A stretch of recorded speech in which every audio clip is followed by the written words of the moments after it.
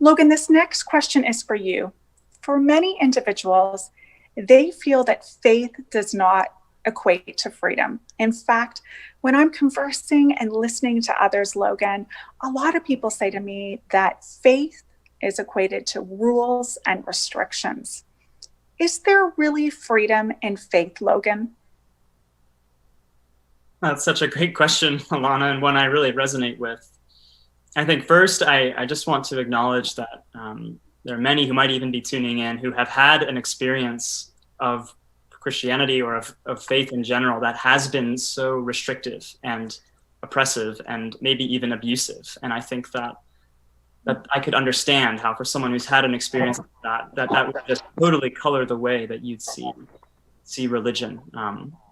I think that certainly in the coercive, abusive side of things, there is no place for that, I think, in the teaching of Jesus. I regret that that's maybe your experience.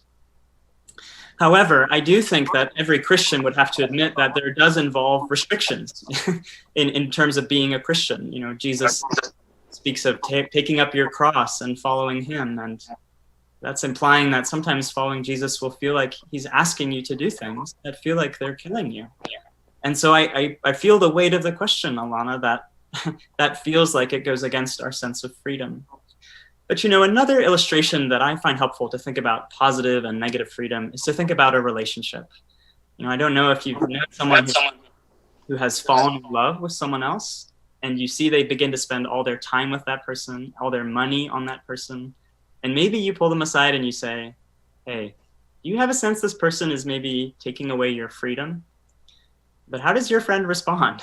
They say, freedom? I've never felt more free. And that's because all of those restrictions actually for that person in that relationship are means by which they step into the deeper freedom that is the relationship itself, the freedom of being known, of being loved, of belonging, of feeling that sense of security. And those restrictions actually, in a sense, no longer even feel like restrictions. And I wonder, Ilana, if for those who raise this question, whether what's missing in that understanding of faith or religion is this element of relationship, where you just have the restrictions and you don't have the restrictions that are actually making possible to you this relationship with God. So as a Christian, I can't help but think about this idea that God, much like our military, you know, God valued my freedom, your freedom, more than his own, to the point that he gave up the life of his son on our behalf. And because of that, I do think we're meant to find, when we realize that that was us and that God did that before we changed anything in our own lives, I think that's meant to draw our hearts to him slowly and gradually, and our hearts begin to be warmed. And I think at that point, now when we're in this relationship and God asks us to do something hard, I think what goes through my mind is not just, this is hard, I don't want to do it. I feel that way sometimes, but I think about how if this God really loved me that much and has my interests in mind that much, and actually this obedience might be a way in which I am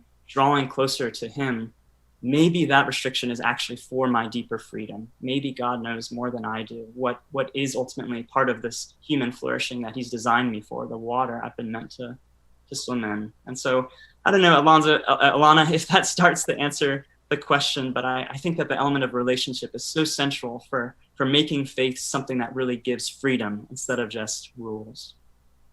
Oh, such beautiful thoughts there, Logan. And it really is about that intimate relationship with Jesus, and that it leads to a deeper freedom, not a lesser freedom, a deeper freedom